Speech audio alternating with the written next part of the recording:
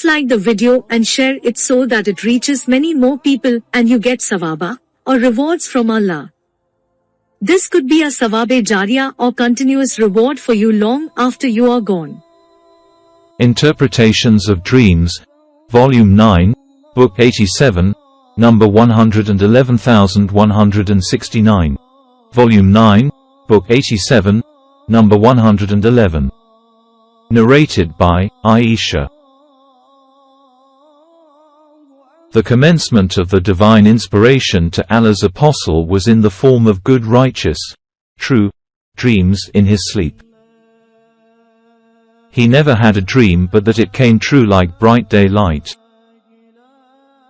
He used to go in seclusion, the cave of Hira, where he used to worship Allah alone, continuously for many days, nights. He used to take with him the journey food for that stay, and then come back to his wife, Khadija, to take his food likewise again for another period to stay, till suddenly the truth descended upon him while he was in the cave of Hira. The angel came to him in it and asked him to read. The Prophet replied, "I do not know how to read." The Prophet added, "The angel caught me, forcefully, and pressed me so hard that I could not bear it any more. He then released me and again asked me to read, and I replied, I do not know how to read, whereupon he caught me again and pressed me a second time till I could not bear it any more. He then released me and asked me again to read, but again I replied, I do not know how to read, or, what shall I read? Thereupon he caught me for the third time and pressed me and then released me and said, Read, in the name of your Lord, who has created all that exists. Has created man from a clot. Read, and your Lord is most generous, up to that which he knew not. 96.15. Then Allah's apostle returned with the inspiration, his neck muscles twitching with terror till he entered upon Khadija and said, Cover me. Cover me. They covered him till his fear was over, and then he said, O Khadija, what is wrong with me? Then he told her everything that had happened and said, I fear that something may happen to me. Khadija said, Never, but have the glad tidings. For by Allah, Allah will never disgrace you as you keep good reactions with your kith and kin, speak the truth, help the poor and the destitute, serve your guests generously and assist the deserving, calamity-afflicted ones. Khadija then accompanied him to her cousin, Waraka bin Nawfal bin Asad bin Abdul Uzza bin Qusay. Waraka was the son of her paternal uncle, i.e., her father's brother, who during the pre-Islamic period became a Christian and used to write the Arabic writing and used to write of the Gospels in Arabic as much as Allah wished him to write. He was an old man and had lost his eyesight. Khadija said to him, O my cousin, listen to the story of your nephew. Waraka asked, O my nephew, what have you seen? The Prophet described whatever he had seen. Waraka said, This is the same Namuz, i.e., Gabriel, the angel who keeps the secrets, whom Allah had sent to Moses. I wish I were young and could live up to the time when your people would turn you out. Allah's apostle asked, Will they turn me out? Waraka replied in the affirmative and said, Never did a man come with something similar to what you have brought but was treated with hostility. If I should remain alive till the day when you will be turned out, then I would support you strongly. But after a few days Waraka died and the divine inspiration was also paused for a while, and the Prophet became so sad, as we have heard,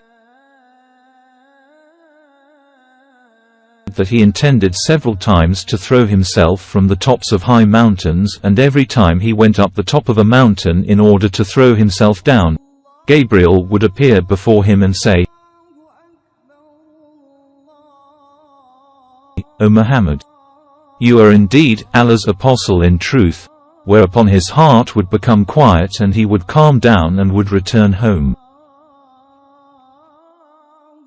And whenever the period of the coming of the inspiration used to become long, he would do as before, but when he used to reach the top of a mountain, Gabriel would appear before him and say to him what he had said before.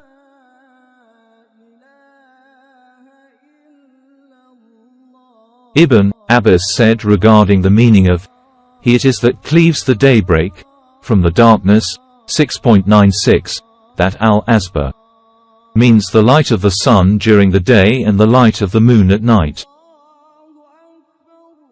Volume 9, Book 87, number 112. Narrated by Anas bin Malik. Allah's apostle said, a good dream that comes true of a righteous man is one of 46 parts of prophetism. Volume 9, Book 87, number 113. Narrated by Abu Qatada. The Prophet said, a true good dream is from Allah, and a bad dream is from Satan. Volume 9, Book 87, number 114. Narrated by Abu Sa'id al-Khudri.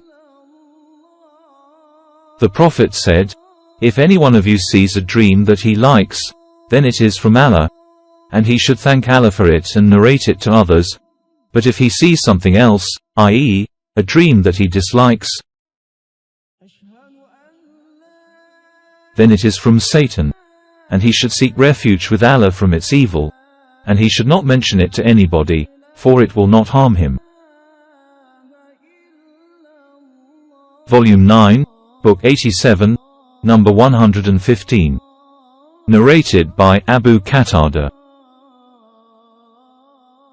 The Prophet said, a good dream that comes true is from Allah, and a bad dream is from Satan. So if any one of you sees a bad dream, he should seek refuge with Allah from Satan and should spit on the left, for the bad dream will not harm him. Volume 9, Book 87, number 116. Narrated by Ubadah bin as-Samit.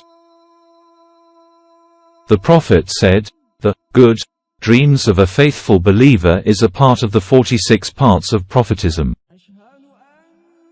Volume 9, Book 87, number 117. Narrated by Abu Hurairah. Allah's apostle said, the good dream of a faithful believer is a part of the 46 parts of prophetism. Volume 9, Book 87, number 118. Narrated by Abu Sa'id al-Khudri.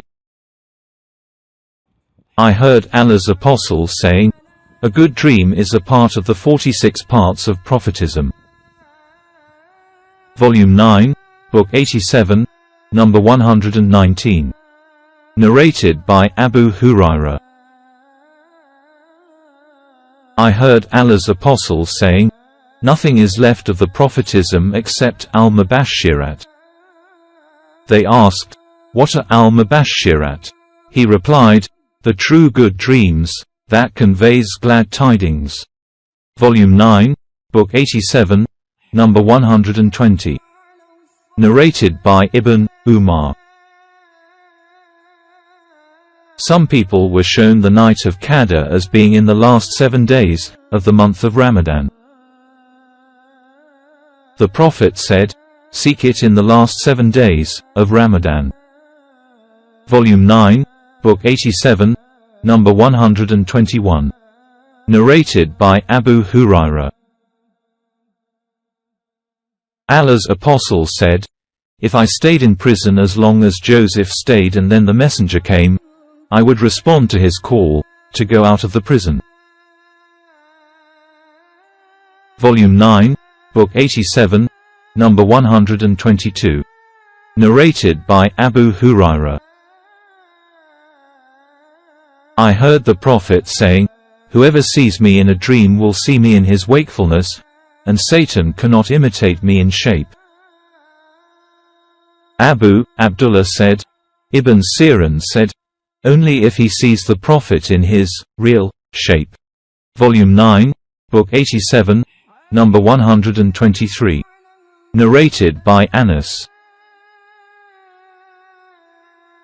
The Prophet said, whoever has seen me in a dream, then no doubt, he has seen me, for Satan cannot imitate my shape. Volume 9, Book 87, number 124. Narrated by Abu Qatada. The Prophet said, a good dream is from Allah, and a bad dream is from Satan. So whoever has seen, in a dream, something he dislike, then he should spit without saliva, thrice on his left and seek refuge with Allah from Satan, for it will not harm him, and Satan cannot appear in my shape.